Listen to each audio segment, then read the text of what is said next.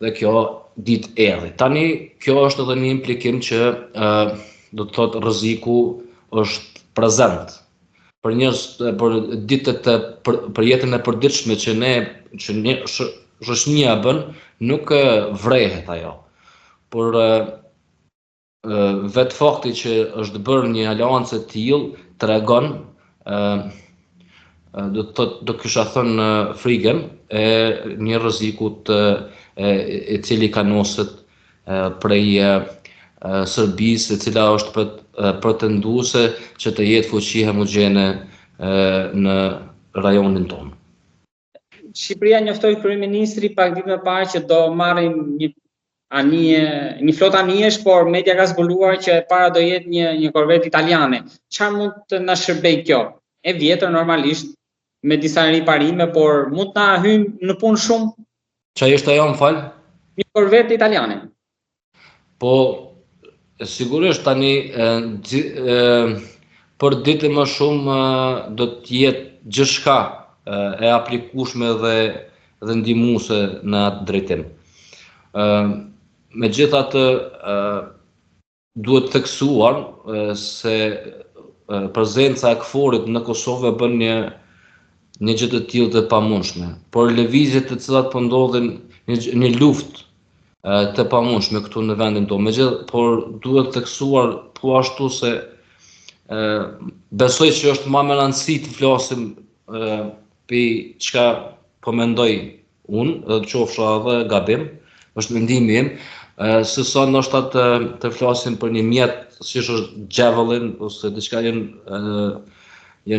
gjëra të cilat janë më shumë teknike, kur të vije dita se si ato përdoren, se një ushtrim mund t'i ketë edhe priset më të mira, por kur nuk i shtin në përdorim në vende apo në kohë të caktuara, atëherë ato mund të jenë edhe liabilities, do të thotë mund të jenë edhe të kushtueshme, i bëhen çmim vetë ushtrisë e cila i ka. Por gjithsesi do kisha thënë se ne kemi biseduar zoti Riballa për një marrëveshje paqe në Ukrainë, ku në për ditës së parë që ka filluar lufta atje kam qenë skeptik dhe kam thënë se atje do të jetë 10 vite luftë, pa kalkuluar mundësinë që Donald Trump do vijë në qeveri dhe mund ta bëjë një paqe. Megjithatë, naty sapo shohim edhe ajo marrëveshje, po dita ditës është duke u bën më e vështirë për t'u arritur. Trumpi është zemëruar. Po, tani dhe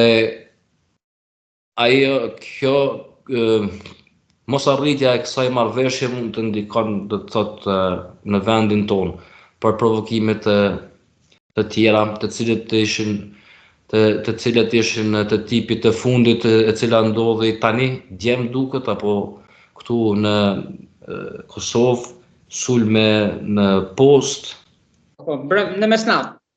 Në mesnatë, po, dhe të tipit të aktit terrorist, janë aktet të cilat do të na shoqërojnë neve në ditët në vijim dhe më shpresin që të mos eskaloj në luftë. Edhe erdhi më njëherë sapo ministri maqedon si deklaroi në mos gaboj mbrëmjen e dieshme që ka një prezencë të shtuar të spionazhit rus në Kosovë, në veri, qendra në Nish.